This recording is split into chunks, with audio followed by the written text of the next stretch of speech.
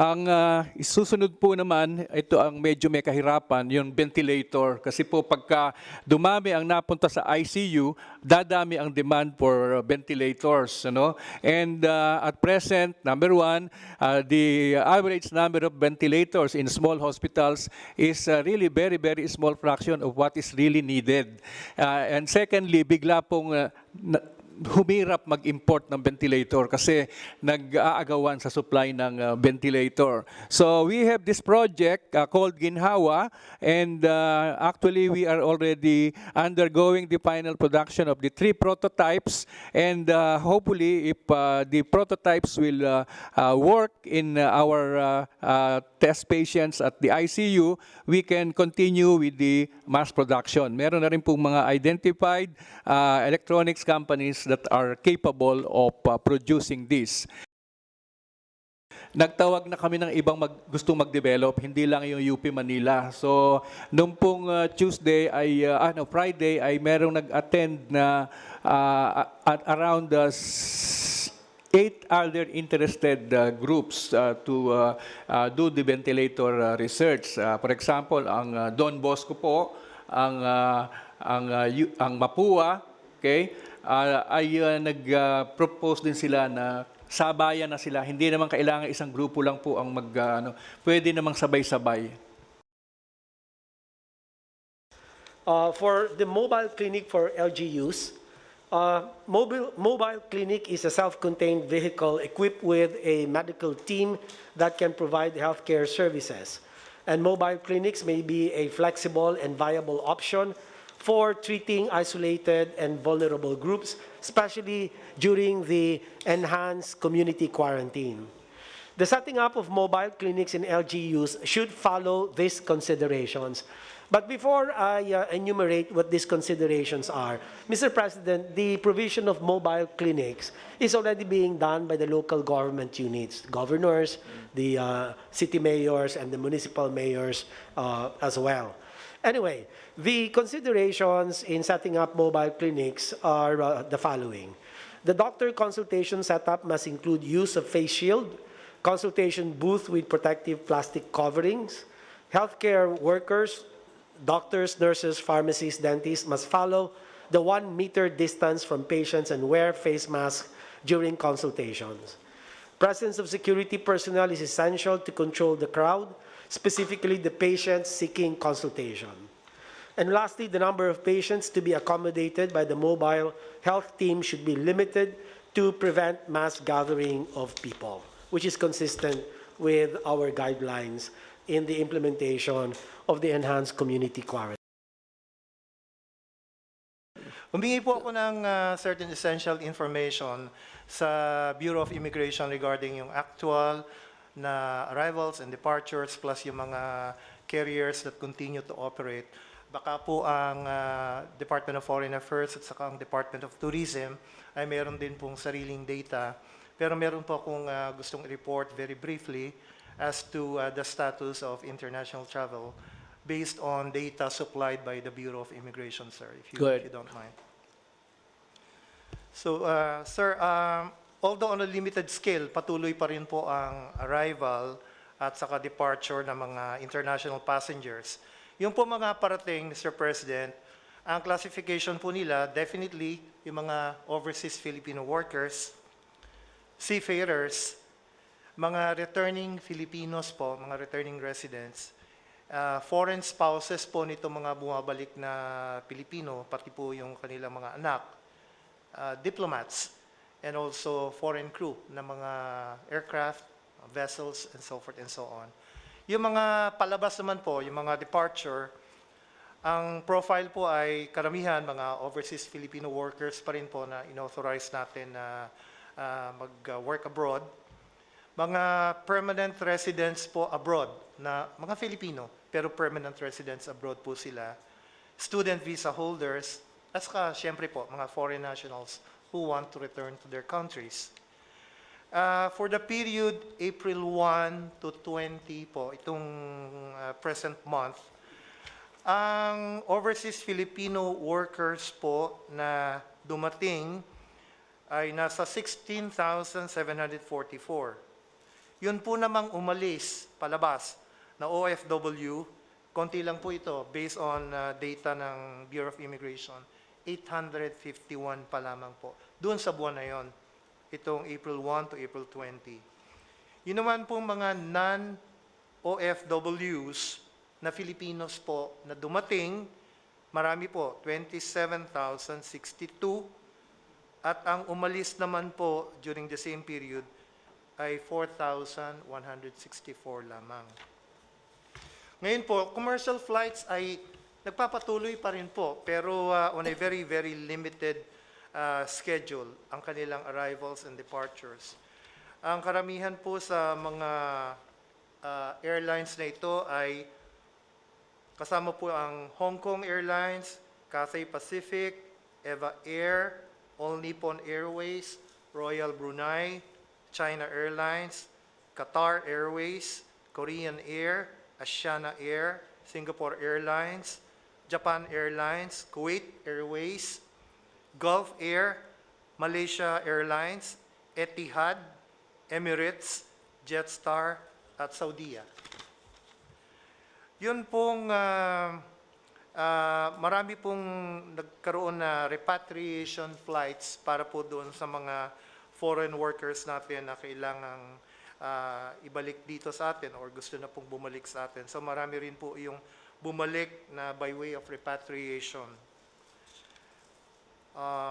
Yung sa mga foreign nationals naman po, ang arrivals po, hindi lang po declassified kung anong nationality, pero po for the same period, Mr. President, meron pong record ang immigration na dumating na 914 foreigners during that period of April 1 to April 20. That's the report of the Bureau of Immigration, Mr. President. I don't know if DFA or DOT would have something to add to this information. Yes, Verna. Yes. Mr. President, well, foreigners as a general rule are not allowed because all issued visas were canceled as of March 22. And all visa waiver agreements were suspended as of March 22. Definitely no tourists are allowed in the country. So those are allowed, as what Sec. Guevara has mentioned, are foreign spouses and children who are traveling with the Filipino national, and foreign government and international organization officials and their dependents. Of course, the OFWs. But tourists, zero.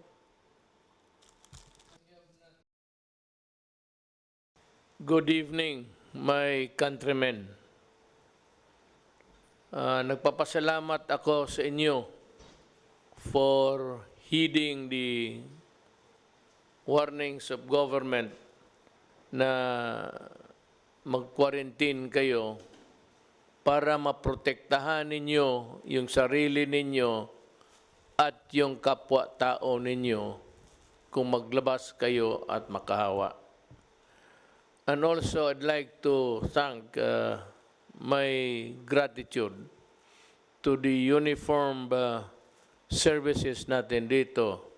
Air Force, flying almost with non-stop, delivering the medicines and medical kits required, and for the Army for delivering also in company with the government workers yung mga tulong ng pera, pati yung mga pagkain.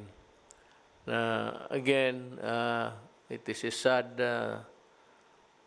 thing to know that yung mga sundalo ko pinagpapatay while even doing the most honorable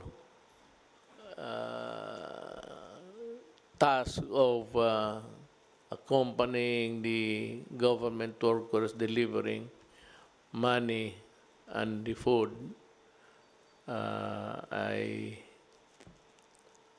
I'm so sad about this development, but there will always be a time for reckoning. There is no more peace talks to talk about. I am not, and I will never be ready for any round of talks. Kasi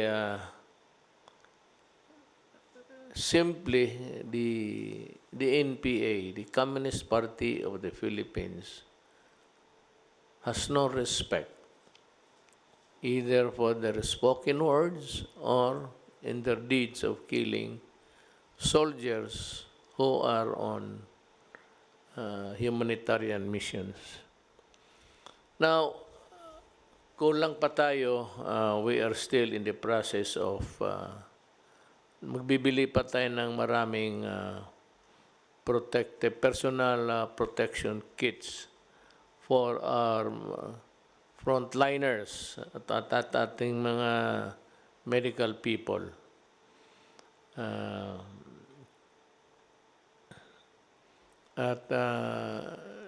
I am informed that this will be completed in due time. Ang utos ko ngayon is i-deliver ninyo yung medicines kay General Galvez, Secretary Galvez, sa kanya.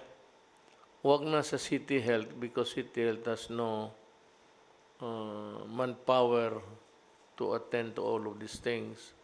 Ito naman kasi sa Galvez, he can distribute the burden to the different participating government agencies. And for one, gusto kong madalian, so i-deliver ninyo ito if it's intended for the provinces outside of Metro Manila. Yung malayo, it's being ferried by plane. Yung malapit lang, of course, by land. Pero gusto ko na dumating sa madaling panahon. And to this end, I have requested na yung para sa mga malalayo na lugar, i-deliver na lang ng Air Force doon sa TOG at kunin sa TOG yung mga beneficiaries or recipient if they are near. But if it is intended for a place that's too far away and not easily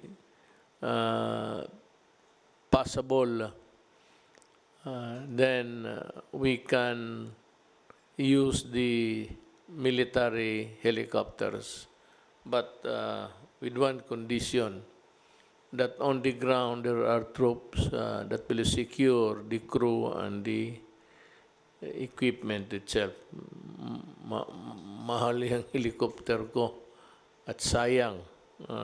Let us not be reckless about this. Ngayon, itong complaints na naghihintay sila, nagpipila sila sa FDA, naintindihan ko yan. Sabi ko nga, nandito man si Attorney Domingo, the head FDA, doktor, doktor pala ito, sige ako, kanina pa ako sabi, attorney, mukhang abogado ka kasi.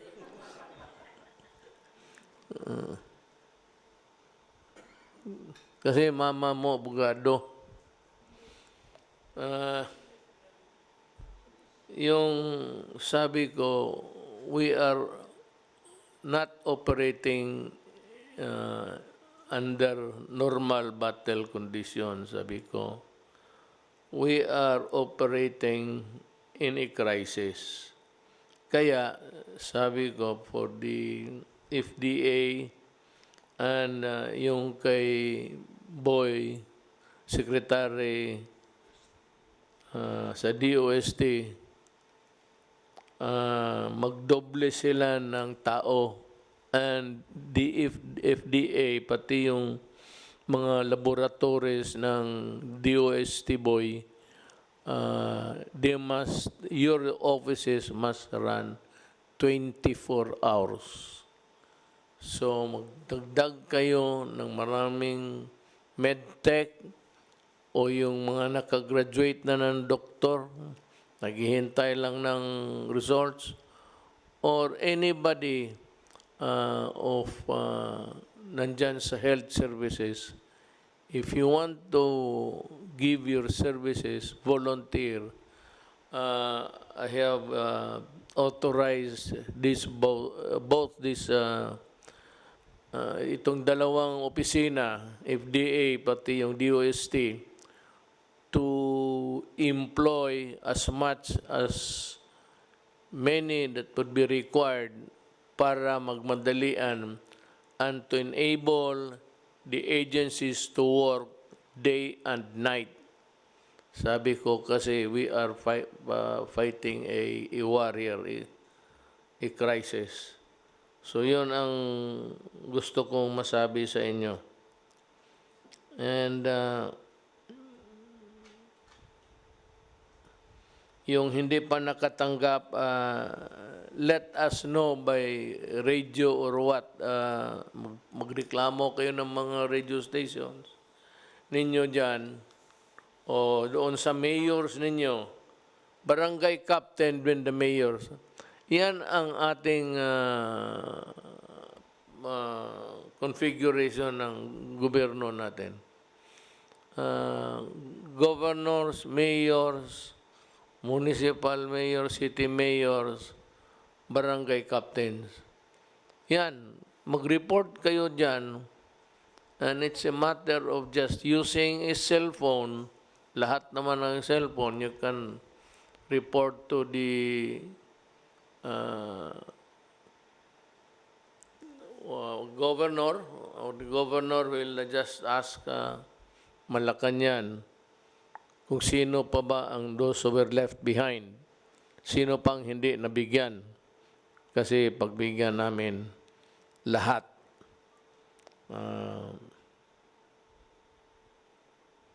Itong sa transportation that would allow movement sa mga tao in areas under general community quarantine. Pero maghintay kayo sa final orders kasi pinaplansya pa namin to. Yung mga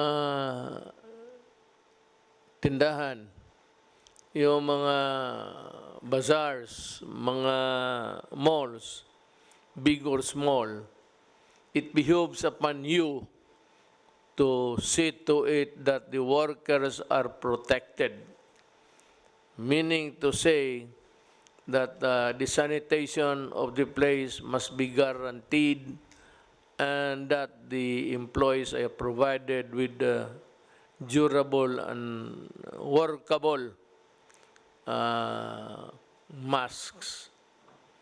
And aside, I said, from sanitizing the place every now and then, when you ask us to open, we agreed, but there are the protocols to be followed. May not immaculately clean, but just sanitize it for COVID not to thrive. Tapos, endangering your employees. Now to the PNP, marami yung makita mo ngayon kasi kukulang ang sakyan eh. But there are people who are forced to travel for a host of reasons. One is nagkasakit, gusto pumunta ng ospital. One is wala talagang masakyan. Tapos may babae, matanda, bata, o kaya babaeng naglalakad. For all you know, she might really be a worker, a frontliner, or whatever.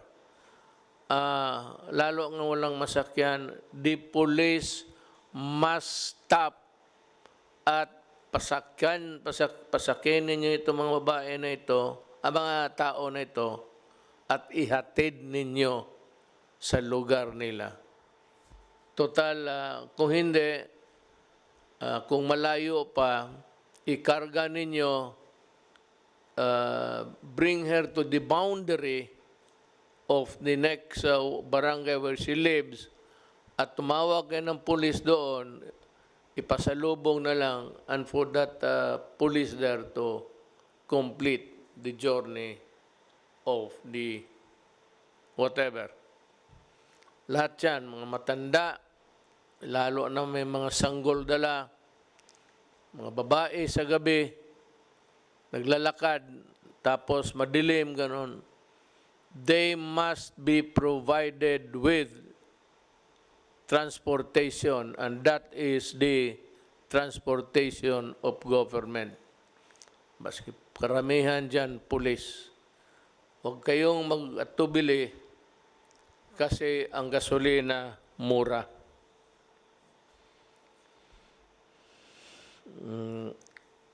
Yun lang man siguro. Wala naman akong malapit na. Yung iba naka-lockdown pa rin.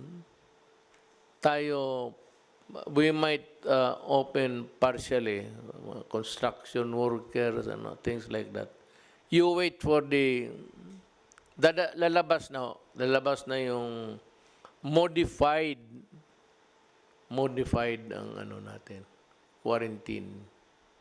So we will allow sectors of society that are not, di talaga nagdidikit-dikitan. Ang problema nito kaya modified muna eh. Kasi kung magsiksikan kayo dyan sa LRT na naman, wala nang katapusan ang problema natin. It will never end. And it will bring us down and down. I'm happy to report that the Philippines has maintained its credit rating of BBB plus. Hanggang ngayon, yung iba nagbagsakan na. And because, bala mo bakit? Kasi naniwala kayo, yung iba kasi late nag-lockdown, yung iba kung ano pa, tayo sunod kaagad sa batas, pagsabi gawain to, tapos ang mga trabahante ng gobyerno, for the time na wala pang lockdown, mahusay. They were really working. And let us not forget the government and the mga cabinet members, they are hardworking, and the military and the police. Naawa ako sa kanila. Kulang sa tulog, hindi sapat sa sahod, pero that is how it is. Pumasok tayo dyan, magtiis tayo. But what is really very telling there is that we are serving our fellow human beings. Maraming salamat po. Nagbibigay pugay po ang Presidente at ang buong sambayan ng Pilipino sa ating mga sundalo na inalay ang kanilang mga buhay o di naman kaya ay nasaktan sa iba't ibang engkwentro na kailan lang po ay mga nangyari. Unang-una po, yung mga napatay po sa engkwentro laban sa Abu Sayyaf sa Paticol, Sulu noong 17 April 2020. Ang mga naging bayani po, sila First Lieutenant Rogelio E. Delihero Jr., Staff Sergeant Jason P. Gazingan, Staff Sergeant Alexander B. Bolesa, Corporal Rasul B. Awowas, Corporal Ernesto L. Bautista Jr., Corporal John Michael T. Manodom, Corporal Mark Dexter U. Montenegro, Corporal Jomar A. Ninyalga, Private First Class Benson A. Bongurik, Private First Class Jomel N. Pagulayan, Private First Class Primark P. Valleser, at Private G. Don T. Usman. Yung mga nasugatan po sa engkwentrong ito, pinagbibigay pugay din po natin, Sergeant Oliver Y. Salvador, Corporal Jesus T. Henora, Corporal Eric A. Curioso, Corporal John D. B. Sabaway, Corporal Apollo D. Papa, Corporal Narciso N. Salibad Jr., Private First Class Odit P. Flores, Private First Class JP L. Madawing, Private First Class Solomon T. Ngayak, Private First Class Robert M. Arias, Private First Class John Paul G. Manuel, Private First Class Jezrael U. Sapo, and Private RJG Esteban. Nagbibigay-pugay din po tayo sa kabayanihan ng mga ating mga sundalo na namatay po sa engkwentro laban sa CPP-NPA sa Himamaylan, Negros Occidental noong April 19, 2020. Ang ating mga kasundaluhan po ay nagbibigay po ng community security control doon sa mga namimigay ng cash assistance doon po sa programa ng DSWD Social Amelioration Program beneficiaries. Ang tatlong naging bayani po, Second Lieutenant Ralph Amante C. Abibico, Private First Class Carl Venice S. Bustamante, Corporal Joel C. Nobleza. Ang mga nasugatan po, Corporal Lismer J.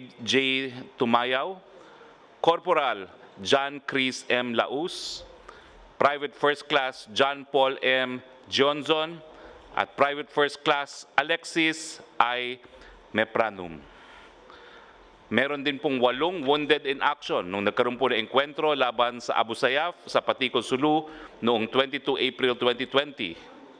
Sila Second Lieutenant Cesar de Vera Lipana, Staff Sergeant Jerwin Badong Uday, Corporal Julie Montebon, Corporal Warren Datoon, Corporal Jeston Gaceta, Corporal Jeffrey Aizon, Private First Class Bernard Tuday Beag, Private First Class Jener Bareo.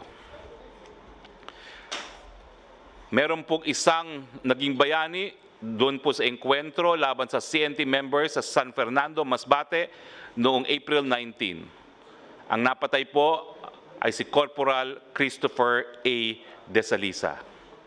Doon po sa engkwentro laban sa CNT members sa Aurora noong 21 April 2020. Itong mga napatay po at nasugatan ay ganun din po, nagbibigay po sila ng advanced security patrol para po sa operation o para po doon sa mga namibigay ng cash assistance ng DSWD's Social Amelioration Program beneficiaries. Ang mga namatay po, Private First Class Jackson M. Malyari, Private First Class Ken Lester L. I. Sasapan, at 3 pong sugatan, Second Lieutenant JVS Sagragaw, Corporal Rondi D. Polancos, Private First Class Clarence N. Urpilia. 2 pong nasugatan doon sa engkwentro laban sa CNT members sa Paquibato District, Davao. Ganun din po, sila po'y pabalik na sa kanilang base matapos po bigyan ng security yung mga namimigay ng cash assistance ng DSWD Social Amelioration Program beneficiaries po. Ang 2 nasugatan po ay si Sergeant Gerald L. Ignacio, Private First Class Ryan John D. Binasbas. 2 rin po naging wounded in action doon po sa engkwentro sa CNT members sa Victoria City, Negros Occidental noong 24 April 2020. Sila po ay si Corporal Rami Chife, si Corporal Louis T. Maghanoy. At isa po ang naging wounded in action sa isang police operation doon po sa encounter with unidentified suspects in Barangay Rizal, Monreal, Masbate. Siya po'y pinaputukan matapos po bigyan ng seguridad yung DSWD employees na namimigay ng Social Amelioration Program sa mga beneficiaries. Ito po si Police Corporal Romel A. Bartoloy. Nagpapasalamat po kami doon sa ating mga bagong bayani at pinararating po ng Presidente at ang buong sambayanan ang aming pakikiramay sa mga namatayan at ang pasasalamat po ng buong bayan. Nagpapasalamat din po kami sa mga iba't ibang mga gobyerno at pribadong mga organisasyon na namigay po ng tulong sa ating bayan dahil nga po dito sa COVID-19.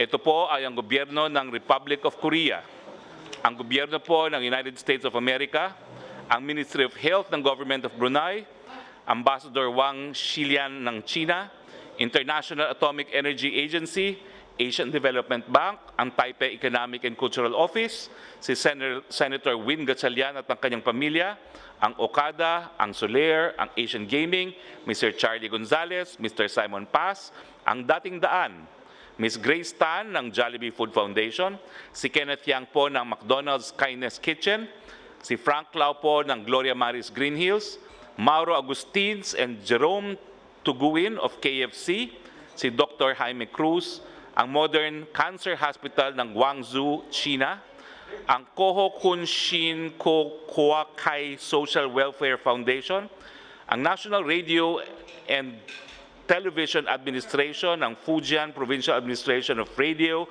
and Television, Guangzhou Radio and Television Station, ang Joint U.S. Military Assistance Group, ang Federation of Indian Chambers of Commerce Incorporated, Federation of Filipino Chinese Chamber of Commerce and Industry, ang Sichuan International Expo Group, ang Project Ugnayan, Bloomberry, Globe Telecoms, Metrobank, Coca-Cola Philippines, ICTSI, Andrew Tan Group, Megawide, Pepsi Corp, Fastel Service Inc., Nature Spring, Trend Micro, Taiwanese Compatriot Association of the Philippines, Hytera Communications Corporation, Beco Philippines Corp., Otsuka Solar Philippines, One Marikina MRRD and Lions Club, Philippine Kipao Cultural Association, Philippine Rovin Development Corporation, Diamond Motors, Road Engineering Association of the Philippines, Wilcon Depot Inc., Pilipinas Shell Foundation, Korea Quality Assurance, Shanghai Nanjiang, Korean International Cooperation Agency, Christ of Jesus Christ of Latter-day Saints, HTP Clothing, Deluxe Pharma International Inc., Mr. Ramon Tulfo, Mr. Nicky Romero, Mr. Raymond De Los Santos, Mr. Carlos Gonzalez of GC8 Kenming Inc., Mr. Jacques Dupasquier, Mr. Kim Wong, AstraZeneca Pharmaceuticals Inc., Philippine Institute of Civil Engineers, Mandawi Foam, Denso Philippines, Vikings Luxury Buffet, Binalot, Heaven's Touch Cuisine, The Lunchbox Project, Frontline Feeders, Cebu Pacific, Safeguard, Bello Medical Group, Rabisco, Oyo Hotels and Homes, Boy Scouts of the Philippines, Towns Foundation, Art Relief Mobile Kitchen, Gokongwei Brothers and the Generics Pharmacy at Hotel Sogo. Imposible po siguro na pasalamatan namin lahat ng mga tumulong sa ating bayan ngayon, pero nagpapasalamat po ang ating Presidente at ang buong sambayan ng Pilipino sa inyong tulong. Nagpapatunay po yan na kakayanin natin to dahil meron po tayong bayanihan. Maraming salamat po.